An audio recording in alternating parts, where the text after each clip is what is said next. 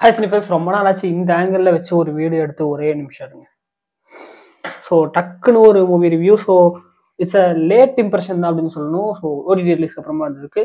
OTT release படங்கள்லாம் அப்பவே நான் ரிவ்யூ பண்ணுவேன்னு சொல்லியிருந்தேன். பட் அதுக்கப்புறமா அதை கண்டினியூ பண்ண முடியல. ஏன்னா ஓடிடியில் படம் பார்க்கவே முடியல. பைரசியில் பார்த்துட்டு இருந்த காலத்தினால அதில் டவுன்லோட் பண்ணி இது பண்ணி அதுவே எனக்கு ஒரு பெரிய டயரிங் ப்ராசஸாக இருந்துச்சு. ஸோ இப்போதைக்கு ஓடிடி சப்ஸ்கிரிப்ஷன்லாம் நான் இது பண்ணிட்டேன். ஸோ அதனால அடுத்தடுத்து படங்கள் வந்துட்டு ஓடிடியில் பார்க்கலாம் அப்படின்னு சொல்லிட்டு ஒரு பிளான்ல இருக்கிறனால டப்பு டிப்புன்னு பார்த்த படங்களுக்கான ஒரு ரிவ்யூ போட்டு விடலாம் அப்படிங்கிறது தான் என்னோட ஐடியா. அந்த வகையில் இப்போ நம்ம பார்க்க போகிற படம் வந்துட்டு வாழை.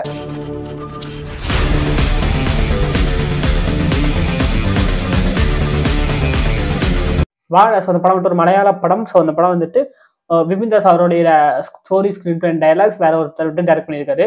விபின் தாஸ் ஒரு கேமியோ பண்ணியிருக்காரு.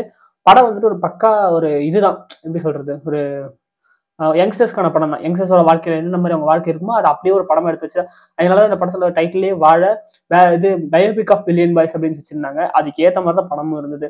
ஸோ ஓப்பனிங்லேயே வந்துட்டு ஒருத்தர் வந்துட்டு ஒரு வாழைத்தாறு வந்துட்டு வாங்குறாரு. அதை வாங்கிட்டு போகும்போது வந்துட்டு இன்னொருத்தர் வராது. அந்த வாழைத்தாரை வந்துட்டு கேட்கறாரு. அதாவது அவரும் வாங்க வந்திருக்காரு, இவரும் வாங்க வந்திருக்காரு. ஃபர்ஸ்ட் அவர் வாங்கிட்டதுனால நான் அதை வாங்கிட்டேனே அப்படிங்கும்போது நீங்க வச்சுங்க அப்படிங்கும்போது இல்லை நீங்களே வச்சுக்கணும்னு சொல்லிட்டு போயிடுறாரு. அதை கொண்டு போய் அவர் நட்டு வைக்கலாம் வீட்டில் வச்சா இன்னொருத்தர் அந்த வாழைத்தாரை திருடிட்டு போய் அவர் வந்துட்டு நட்டுக்கிறாரு. ஸோ ஒரு 3 கேரக்டர், இதுக்கப்புறம் 2-3 கேரக்டர் வருது. இவங்கெல்லாம் காட்டுறாங்க. எதுக்கிட்ட இவங்கெல்லாம் காட்டுறாங்க அப்படின்னு சொல்லி பார்த்தா இந்த வாழைத்தாரு இவங்க எல்லாத்துக்கும் ஒரு கனெக்ஷனா இருந்துச்சு இல்ல, அண்ட் அங்கிருந்து ஒரு கனெக்ஷனா இவங்க அத்தனை பேரோட பசங்களுமே ஒன்னா சேர்றாங்க அப்படிங்கிறதான். மெயின் கேரக்டர்ஸா 3 பேரை காமிச்சிருப்பாங்க. அந்த வாழைத்தாரை வாங்கினவர், அந்த வாழைத்தாரை வாங்க வந்தவர், அது திருடினவர் ஒருத்தர், 3 பேர். அந்த 3 பேர்த்தோட பசங்களா 3 மெயின் லீட்ஸ் இருக்காங்க. அந்த 3 மெயின் லீட்ஸ்ல வந்து அவங்கள வச்சுதான் மொத்த கதையும் இருக்கு. அண்ட் அது போக 2-3 சைட் கேரக்டர்ஸுமே வராங்க. அவங்களுமே அந்த கதைக்குள்ள இதாக இருக்காங்க. மொத்தமா வந்துட்டு ஒரு பேக்கேஜா ஒரு ஃப்ரெண்ட்ஷிப் படம், ஒரு பயங்கரமான ஒரு படம். உள்ள லவ் இருக்கு, அது இருக்கு, இது இருக்கு, எல்லாமே இருக்கு.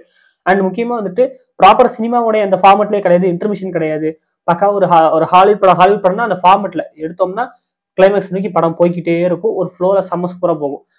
ப்ராப்பரான ஒரு எலிவேஷன் சீன், ஒரு பயங்கரமான மாசோ அது கிடையாது. ஒரு சாங் போயிட்டு ஒரு டான்ஸ் ஆடி அதுவும் கிடையாது. ஸ்கூல் தானே போய் கல்ச்சுரல்ஸ்ல சாங் வைக்கிற பாரு அப்படின்னு சொல்லிட்டு முக்கியமா யோசிச்சு வைப்பாங்களே, அந்த மாதிரிலாம் கிடையவே கிடையாது. பேக்ரவுண்ட்ல ஓடுது. ஹீரோயின்ஸ் கிடையாது. வர்றாங்க, பட் அவங்க எல்லாம் வந்துட்டு ஹீரோஸை கல்யாணம் பண்றாங்களா இல்ல. படத்துலயே அவங்களே சொல்றாங்க ஒரு சீன்ல வந்துட்டு எங்க கதையை ஒரு கதையாடுதா, நாங்க தான் வில்லன்ஸா இருப்போம் அப்படின்னு சொல்லிட்டு. ஏன்னா ஒரு கேரக்டர் படிக்கிற ஒரு பையனா இருப்பான், இவங்க எல்லாத்துக்குமே வந்துட்டு பிடிக்காத ஒரு பையனா இருப்பான். அந்த பையனுக்கு இவங்களும் பிடிக்காது. அந்த கேரக்டர் வந்துட்டு ஒரு வில்லன் மாதிரி நமக்கு தெரிவாங்க. பட் அவன் என்ன சொல்லுவான்னா, எங்களை வச்சு ஒரு படம் எடுத்தா நாங்க தான் அதுல வில்லன்ஸ், அவன் தான் அதுல ஹீரோன்னு சொல்லுவான். அந்த மாதிரி தான் இருக்கும். ஸோ அந்த மாதிரி எடுத்திருப்பாங்க. அண்ட் இதுல வந்துட்டு அந்த பசங்களுடைய அந்த ஒரு யதார்த்த அந்த இதுங்கிறது வந்துட்டு என்னென்ன மாதிரி இதா இருக்குதுன்னு சொல்லிட்டு அதுல வந்துட்டு நிறைய ஸ்டோரிஸ் வந்துட்டு இருக்கும். லேயர் லேயரா இருக்கும். பட் எதுவுமே வந்துட்டு உங்களுக்கு எதுவுமே டிஸ்ட்ராக்ட் ஆகாம, எதுவுமே வந்துட்டு ஒரு போர் அடிக்காம, லேக் அடிக்காம பயங்கர சூப்பரா ஸ்பீடா போகும். முக்கியமா வந்துட்டு ஃபர்ஸ்ட் 1/2 மணி நேரம் முடிஞ்ச உடனே ஒரு மாசான சீன் வந்துடும். ஒரு சீன், அந்த சீன்ல நான் தியேட்டர் ஒரு ரெஸ்பான்ஸ் ஒரு வீடியோ பார்த்தேன். பிரிச்சிட்டானுங்க, பயங்கரமா தெரிச்சிட்டாங்க ஆடியன்ஸ். 1/2 மணி நேரத்திலேயே ஆக்டர்ஸ் எல்லாமே புதுசு. ஓகேங்களா, எல்லாருமே புதுசு.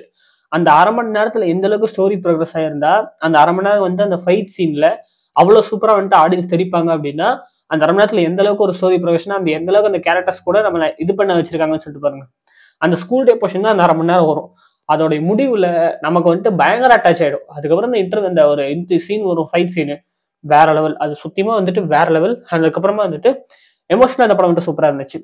அதுக்கப்புறம் வந்துட்டு மொத்தமாவே ஜாலி படமா அப்படின்னு கேட்டா அப்படியும் சொல்ல முடியாது. ஜாலி படம் தான், பட் அதுக்குள்ளேயும் வந்துட்டு நிறைய விஷயங்கள் இருக்கு.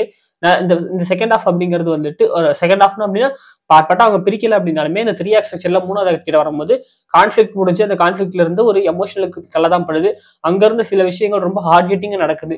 அந்த பையன் சூசைட் அட்டெம்ப்ட் பண்றது, அவங்க அப்பா அம்மா வந்துட்டு இதாகிறது, அவங்க அப்பா வந்துட்டு ஒவ்வொரு டைமும் இந்த பசங்க அவங்களோட அப்பா வந்துட்டு ஹெட் மாஸ்டர் மேல நிக்க வைக்கிறது, அடுத்து இவர் பிரின்சிபல் மேல நிக்க வைக்கிறதுன்னு சொல்லிட்டு ஒவ்வொரு டைம் நடந்துகிட்டே இருக்கு. அது அவங்க அப்பாவை வந்துட்டு என்ன மாதிரி ஃபீல் பண்ண வைக்குது, ஒவ்வொரு அப்பாவும் என்னென்ன மாதிரி ஃபீல் பண்றாங்க. அண்ட் அவங்க செய்யற தப்புமே ஒரு இடத்துல வந்து விபின் தாஸோட கேரக்டர் வருவாரு, ஒரு போலீஸ் ஆஃபீஸர் மாதிரி வருவாரு. அவர் சொல்லக்கூடிய விஷயம், அவர் வந்துட்டு ஒரு 2 சீன், அந்த சீன் வருவாரு, அப்புறம் கிளைமேக்ஸ் வருவாரு. அவர் வந்தோடனே அவர் சொல்ற விஷயங்கள்லயே அவங்க அப்பாவுக்கு வந்துட்டு அந்த ஒவ்வொரு அப்பாவுக்குமே தன்ன மேல ஒரு ரெகரெட் அப்படிங்கிறது வரும். அதுக்கு வந்துட்டு ஒரு பேக் ஸ்டோரியா இந்த போலீஸ் ஆஃபீஸரோட கேரக்டர்லுமே அவரோட வாழ்க்கையிலுமே இதே மாதிரி ஒன்று இருந்திருக்குங்கிற அந்த ஒரு பேக் ஸ்டோரி வச்சது. இந்த மாதிரி நிறைய இடங்கள் நல்லாவே ஒர்க் ஆயிருந்துச்சு. அதை தாண்டி வந்துட்டு எமோஷனலாவே சூப்பரா இருந்துச்சு. ஸோ அதை பார்க்கறதுக்கு முன்னாடி this video sponsored by Dream Towers. வீட்டுக்கான interior and modular kitchen work பட்ஜெட்டில் பண்ணணும், லுக் வைஸாகவும் அழகாக இருக்கணும், லைஃபும் அதிகமாக வரணும். இது மட்டும் இல்லாமல் அந்த கரையான் பிரச்சனை, தண்ணியால் பிரச்சனை, நெருப்பால பிரச்சனை இது மாதிரி எதுவுமே வரக்கூடாது அப்படின்னு நினச்சிங்கன்னா அதுக்கான பெஸ்ட்டான ஆப்ஷன் இப்போ இருக்கிறதுலையே பிவிசி அண்ட் யூபிவிசி இன்டீரியர் தான். இப்போ பிவிசிலேயே பார்த்தீங்கன்னா லுக் வைஸ் உங்களுக்கு உட்ல பண்ண மாதிரியே காமிக்கிறதுக்காக புதுசாக அட்வான்ஸான முறைகளில் செய்ய ஆரம்பிச்சிட்டாங்க. கன்சல்டன்ஸ் கஸ்டமருக்கு ஏற்ற மாதிரி டீட்டெயில்ஸ் உங்களுக்கு ஷேர் செய்வோம். அண்ட் டிஸ்பிளேல தெரியிற நம்பருக்கு மெசேஜ் ஆர் கால் செஞ்சிங்கன்னா உங்களுக்கு வேணுங்கிற டீட்டெயில்ஸை ஷேர் செய்வோம். எமோஷனல் இந்த படம் வந்துட்டு செம சூப்பராக இருந்துச்சு. ஸோ அதுக்கப்புறம் இந்த இதில் வந்துச்சு இந்த அவங்க அப்பா வந்துட்டு ஜெயிலுக்கு போற ஒரு நிலைமை வந்துடும். ஸோ ஜெயிலில் இந்த விபின் அந்த கேரக்டர் வந்துட்டு ஒரு இடத்துல போயிடுவாங்க. அதுக்கப்புறம் வந்துட்டு 2வது முறையா ஒரு இது வரும். அந்த இதுல வந்துட்டு பயங்கரமா ஒரு சம்பவம் நடந்த உடனே அது என்னென்ன படமா தெரிஞ்சுங்க. அது நடந்ததுக்கு அப்புறமா வந்துட்டு மொத்தமா வந்துட்டு திரும்பிடுவாங்க. அவங்க அப்பா வந்துட்டு ஒரு பையனுடைய அப்பா வந்துட்டு வீட்டுக்கே வராதுன்னு சொல்லிடுவாரு. அந்த பையன் சூசைட் அட்டெம்ப்ட் போடலாம்னு சொல்லிட்டு ஹாஸ்டலோ காலேஜோ அது மேலேயே ஏறி நிற்பான். பட் இந்த பசங்க வந்துட்டு சமாதானப்படுத்தி கூப்பிட்டு வந்துருவாங்க. கூட்டு வந்து வீட்டுல விட்டுட்டு போறதுக்குள்ள அவங்க அப்பா பேசல அவன் திரும்பவும் போய் அந்த வீட்டு மாடியிலிருந்தே குதிச்சிருவான். அந்த அளவுக்கு வந்துட்டு இதா போயிருக்கும். அண்ட் அதை தொடர்ந்து அவங்க அப்பாவுமே ரெக்ரெட்குள்ள போயிருப்பாரு. என்னதான் இருந்தாலும் நம்ம அப்படி பேசிடக்கூடாதுன்னு சொல்லிட்டு. அதே மாதிரி ஒவ்வொருத்தரோட அப்பவும் அந்த ரெக்ரெட்குள்ள போறது.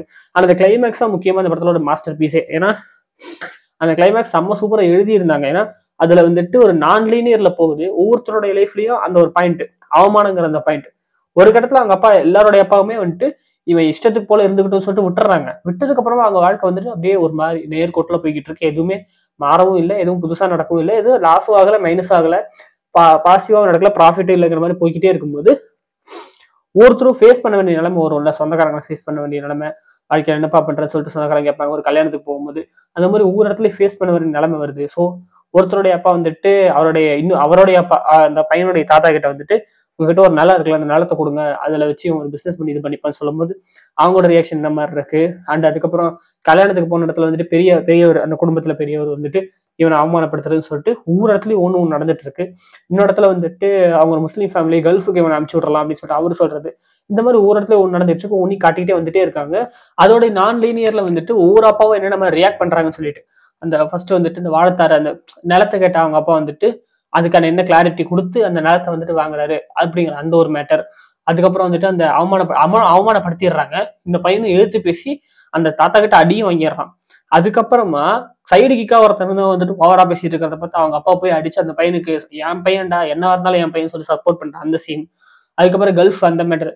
இந்த மாதிரி வந்துட்டு எங்க தாத்தா வந்துட்டு கல்ஃப்ல போய் வேலை பார்த்து வீடு வாங்கி வச்சிருந்தாரு. எங்க அப்பா அந்த வீட்டை வித்து திரும்பி கல்ஃபுக்கு போய் திரும்பவும் வேலை பார்த்து இன்னொரு வீடு வாங்கினாரு.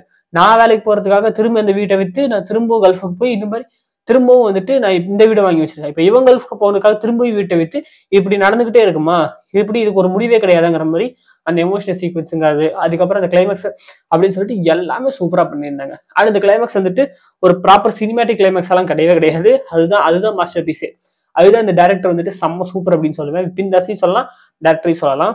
ஏன்னா கிளைமேக்ஸ்ல வந்துட்டு இவங்க ஏதோ ஒன்று பண்ணி பொழைக்கிறாங்க அப்படிங்கிறத காமிச்சாலுமே கடைசியில உனக்கு எதை தொட்டாலும் விளங்காது அப்படிங்கிற கேரக்டர்ஸ் அப்படிங்கிற மாதிரி சொல்லி முடிச்சது வந்துட்டு செம்ம சூப்பரா இருந்துச்சு. கிளைமேக்ஸ்ல வந்துட்டு ஆப்வியஸா அது ஒரு பீரியடிக்காக தான் நடக்குது. ஸ்டார்டிங்ல ஒரு பீரியடிக்காக தான் போய்கிட்டு இருக்கு. அங்கிருந்து ஒரு 1996 அங்கிருந்து வராங்க. 2015 வரையும் வருது படம்.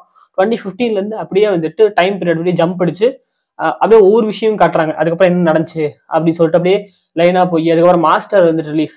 ஏன்னா அந்த லாக்டவுன் முடிஞ்சு இங்க ப்ரெசென்ட்டுக்கு வரணும்ல, அதை வந்துட்டு டப்புனு ஜம்ப் கட்ஸ்ல போடுறாங்க. அதுல வந்துட்டு மாஸ்டர் அது லாக்டவுன் முடிஞ்சு மாஸ்டர் ரிலீஸ் அப்படிங்கிறத அந்த மேட்டரை போட்டு அப்புறம் ஃப்ரீ ஃபயர் விளையாடுறதுன்னு சொல்லிட்டு ஒவ்வொன்றும் அந்த கடந்து வர்றது அப்படிங்கிறது அந்த ஒரு 2015 to 24 அப்படிங்கிறத வந்துட்டு டக்குன்னு ஜம்ப் கட் பண்ணி எகிரி வந்து இந்த கிளைமேக்ஸ்ல வந்துட்டு வெள்ளத்துல வந்து முடிச்சிடுறாங்க. ஸோ வெள்ளம் ஒன்று வந்துச்சு இல்லையா கேரளால, அந்த வெள்ளத்தினால வந்துட்டு இவங்க வச்சு அந்த வாழை பிசினஸ் பண்ணலாம்னு சொல்லிட்டு பண்ணிருப்பாங்க. அந்த வாழை வந்துட்டு மூழ்கிடுச்சுங்கிற மாதிரி முடிச்சு அது ஓப்பன் எண்டாவே முடிச்சிருப்பாங்க. அதுக்கப்புறம் பார்த்தா இந்த 4 பசங்க இருப்பாங்க, ஒரு 5 பசங்க, 3 மெயின் லீட், அதுக்கப்புறம் 2 சப்லீட்ஸ் இருப்பாங்க, 5 பசங்க. இது இல்லாம இன்னொரு ஒரு கேங் இருக்கும். அந்த கேங் கிட்ட சண்டை போடுறதுக்கு வந்துட்டு அப்புறம் ஃப்ரெண்ட்ஸா இருப்பானுங்க. அந்த கேங்க வந்துட்டு கிளைமேக்ஸ்ல வந்துட்டு ஒரு சின்ன ஒரு சீனா வச்சு வாழை 2 சொல்லிட்டு போட்டு முடிக்கிறாங்க. ஸோ மொத்தமாவே வந்துட்டு ஒரு பயங்கர ஜாலியான ஒரு சூப்பர் ஃப்ரெண்ட்ஷிப்புக்கு ஏற்ற ஒரு படம். தமிழ் டபுளுமே அவைலபிளா இருக்கு டிஸ்னி பிளஸ் ஹாட்ஸ்டார்ல. ஸோ ஆல் லாங்குவேஜ் அவைலபிளா இருக்கு. முடிஞ்சளவுக்கு பாருங்க. நான் மலையாளத்தில் பார்த்தேன். எனக்கு மலையாளத்தில் பார்க்கறது பிடிக்கும். உங்களுக்கு எந்த லாங்குவேஜ் பிடிக்குன்னு சொல்லிட்டு அதை இருந்து பாருங்க. டிஸ்னி பிளஸ் ஹாட்ஸ்டார்ல இருக்கு. ஸோ படம் முடிச்சுன்னா பாருங்க. உங்களோட ஒப்பீனியன் கமெண்ட் சொல்லுங்க. படம் பார்த்தவங்க ஒப்பீனியன் என்னன்னு சொல்லிட்டு சொல்லுங்க. அண்ட் இந்த ஆக்டர்ஸ் எல்லாம் வந்துட்டு முன்னாடி ஏதாவது படம் நடிச்சிருக்காங்களா, இந்த ஆக்டர்ஸ் உடைய முன்னாடி படங்கள் ஏதாவது நல்ல படங்கள் ஏதாவது இருந்து நான் பார்க்காம இருந்தேன்னா அதை மறக்காம கீழே கமெண்ட் பண்ணுங்க. பார்த்து இந்த படத்தை பத்தி நான் உங்கள்கிட்ட சொல்றேன். ஸோ அடுத்து நம்மளுடைய ஓடிடி இதுல வந்துட்டு பனி இருக்கு மலையாளத்துல, அதுக்கப்புறம் போகன்வில்லா நான் பார்க்கவே இல்லை, அது பார்க்கணும். ஸோ ஒரு சில லிஸ்ட் இருக்கு, ஓனா பார்த்துட்டு அதுக்கான ஒரு ரிவ்யூஸ் ஒன்று சொல்றேன். ஸோ உங்களால் வந்து பார்க்கறது வரைக்கும் பாருங்க. Good Wells only.